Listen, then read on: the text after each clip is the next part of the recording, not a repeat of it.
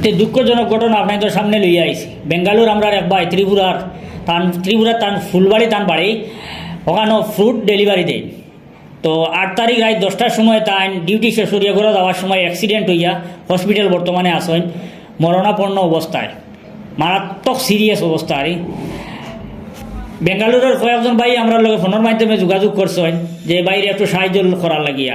তো প্রায় সময় দেখা যায় যে বেঙ্গালুর এরকম ঘটনা ঘটিয়ে থাকে, কিন্তু যারাও যায় এরা তো মনে করো পরিবার চালাইবার লাগিয়ে যায়।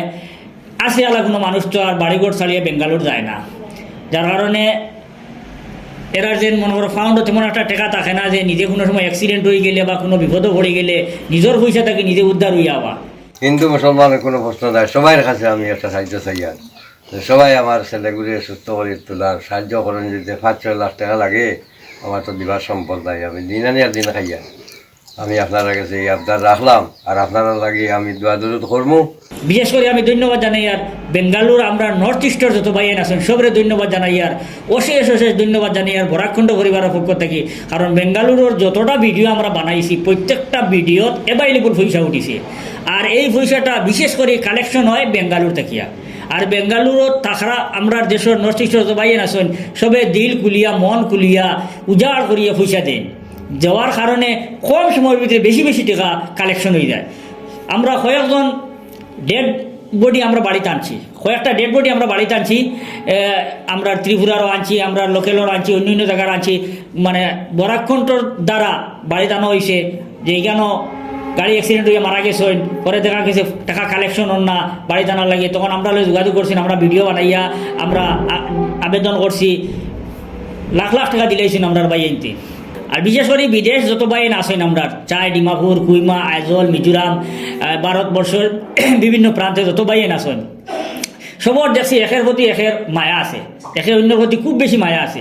সেওর বিপদে শুনিয়ালে আর থামিয়ে থাকে না, কারণ সবর মনে থাকে আজ নিজেও বিদেশ বাড়ি আসি, কোন সময় কোন ঘটনা ঘটবো। আজকে যদি আমারই কিছু হয়ে যায় তো ওরকম আর বিদেশি বাইরে সাহায্য সহযোগিতা করতাম, ও কথা মনে করিয়া সব বাইন যে সাহায্য সহযোগিতা করেন। বিদেশ যারা যায় এরা হইলো বড় মনের মানুষ, কারণ কোনো স্বার্থপর মানুষ বিদেশ যাইতে পারে না।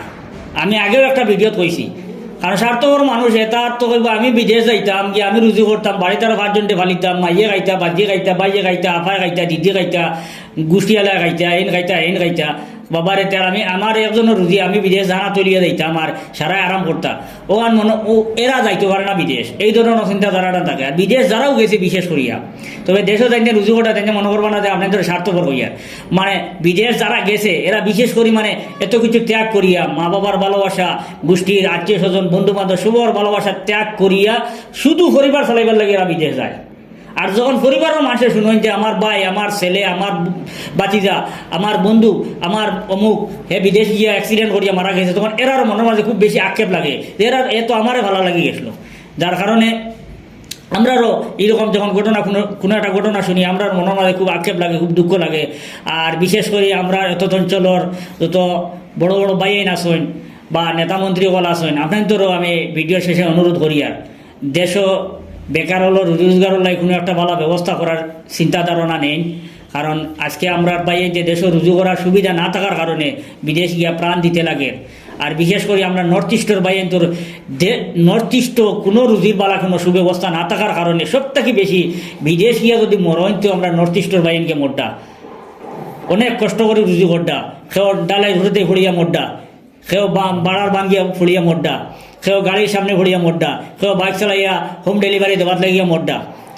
দেশে আজ রুজি না থাকার কিন্তু আমরা দেশে অনেক সম্পদ আছে, অনেক সম্পদ আছে। এটা যে ইন্ডাস্ট্রি বড় বড় বহুত কিছু করলে আমরা এখানে অনেক কিছু করার সুবিধা আছে, তারপরেও করা হন না।